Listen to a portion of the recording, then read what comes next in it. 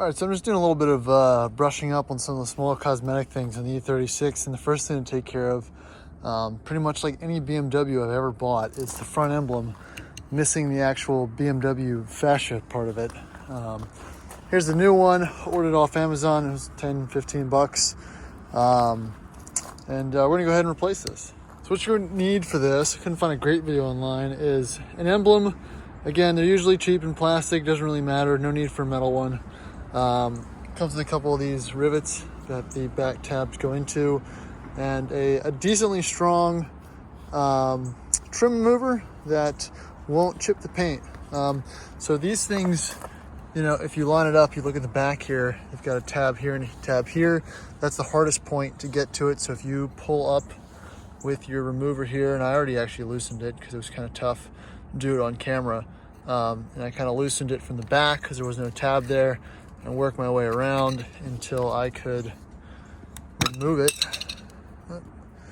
So that's the old one, and I'm gonna clean this up and just pop the new one on there. Again, not very hard, but you know, I almost pulled the heat shield down on the inside to try to get to it from the inside. So again, every car is different, so it's just a good point of reference to have as far as these are actually pretty easy to replace, so it's good. All right, so old one out, new one on. Push it down tight, and there you go. And now I can finally show you the front of the car, because it looked absolutely terrible without the front emblem on it. It absolutely drove me nuts. Again, I buffed out the headlights a little bit so they look a little bit better. I have to do that again.